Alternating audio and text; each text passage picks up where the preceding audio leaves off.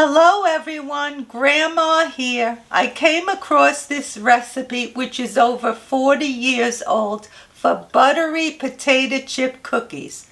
I thought it was interesting since I made mashed potato cookies in the past which were very good. I will leave a link below to the video. So let's give these a try. In a large bowl, I'm adding my 2 cups of softened butter, which is 4 sticks. Now I'll just cut these up a little bit.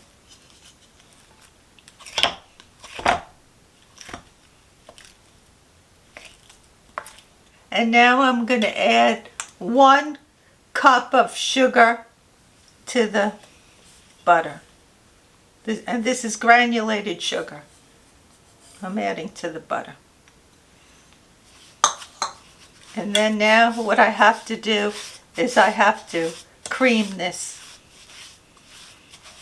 The butter and the sugar has to be creamed until it's light and fluffy. Now I'm doing this the old-fashioned way, so this is going to take a while. You can see it's getting nice and creamed now. I've been mixing it for about 3 minutes.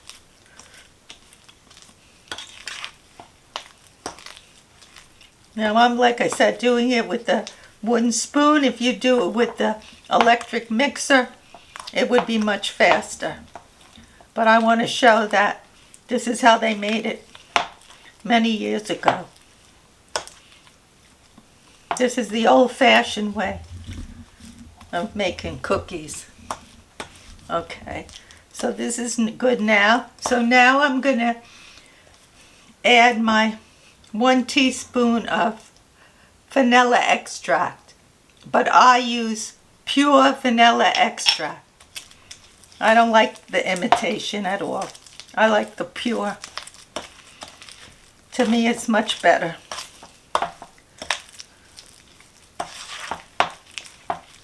The vanilla is all incorporated, so now I'm going to add 3½ cups of all-purpose flour, but I have to gradually add it into this cream mixture. So I'm just going to add a little bit at a time.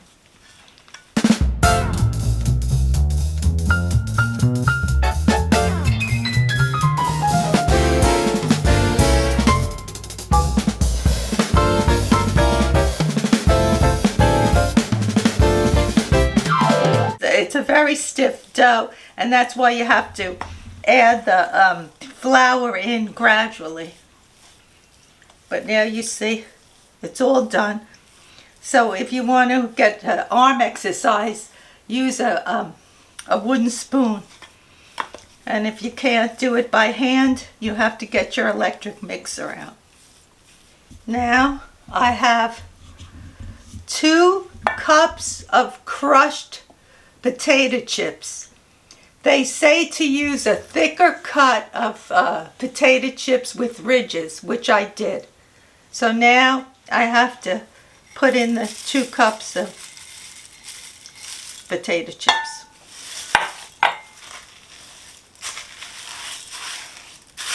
Well, it smells good because you can smell the potato chips.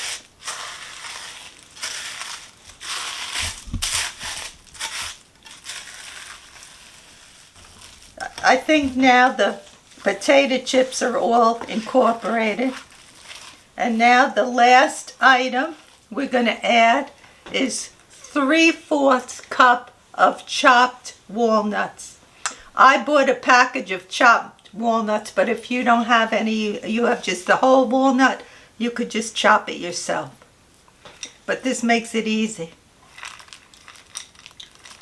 And actually, this is an easy recipe. There's only, like, if you think about it, 5 ingredients for this. And it's interesting adding potato chips and walnuts to a cookie. So we'll just have to see how they bake and turn out. Now the walnuts have all been incorporated, so the cookie batter's all ready to be baked. So all ready to be put on the cookie sheet. The instructions say that you drop by a rounded tablespoon 2 inches apart, but I'm going to use my cookie scoop because I like my cookie scoop. And they also say you put it on an ungreased baking sheet, but every time we make cookies we like to use parchment paper on our baking sheet. So now I'm just going to take a scoop and just scoop it out and see what happens.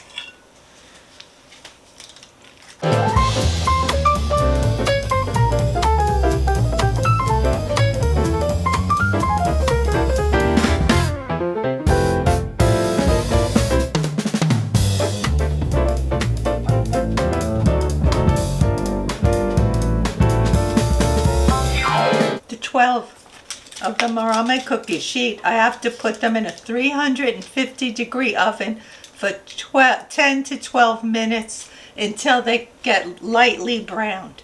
I just took the first batch of cookies out of the oven. It took, in my oven, it took 17 minutes to bake. They have to cool down for 2 minutes before I put them on a wire rack. Now I'm putting my second batch on the cookie sheet. The other ones are cooling down on the wire rack, the cookies that are done. The next batch is out of the oven and they look good. They took 17 minutes also to cook. The cookies are done and I made 4.5 dozen. They really look good. I'm hoping they taste just as good as they look. How's it taste, Grandpa? Let you know in a minute, Ma.